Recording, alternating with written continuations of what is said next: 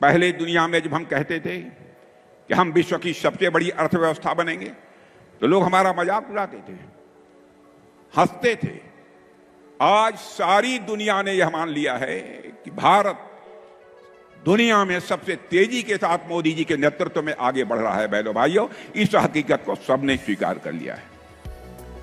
और लोग कहते हैं अंग्रेजी में डैशिंग यानी दबंग, डायनेमिक यानी गतिशील अर्थव्यवस्था विश्व में दुनिया के किसी देश की है तो हमारे और आपके देश भारत की हो गई है। मेरे बहनों भाइयों, यह भी हम लोगों के लिए कम गौरव का एक विषय नहीं है। कुछ लोग हैं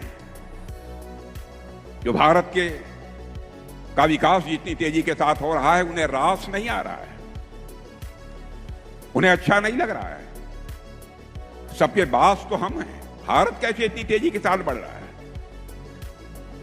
और बहुतों के द्वारा यह कोशिश की जा रही है कुछ ऐसा किया जाए ताकि भारत में भारतवासियों के हाथों से जो चीजें तैयार होती हैं वह दुनिया के देशों में जाएं तो उन देशों में बनने वाली चीजों से वह महंगी हो जाएं, ताकि भारत की धरती पर भारतवासियों के हाथों से बनी हुई चीजें जब महंगी हो जाएंगी तो दुनिया के दोस्त को लोग उसे नहीं खरीदेंगे। यह कोशिश की जा रही है। लेकिन बहनों भाइयों, भारत जितनी तेजी के साथ आगे बढ़ रहा है, मैं पूरे विश्वास के साथ कहता हूं कि भारत को अब दुनिया की कोई ताकत विश्व की एक बड़ी शक्ति बनने से रोक नहीं सकती है। मैं आपको याद दिलाना चाहता हूं, जब सीता जी लंका में थी, रावण ने अपहरण किया था, तो उस समय हनुमान जी जब वहां पहुंचे और जब पूरी लंका की वाटिका में तोड़ फोड़ सब मचाई और फिर जब सीता जी के पास पहुंचे तो सीता जी ने बड़ी विनम्रता से कहा कि हे हनुमान, ये आपने क्या किया?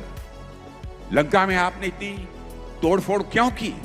इतने लोगों को क्यों मारा? तो जानते हैं, बड़ी विनम्रता से बैठकर और हाथ जोड़कर हनुमान जी ने सीता जी से कहा, हे माते, जिन मोहि मारा तिन मोहि मारे।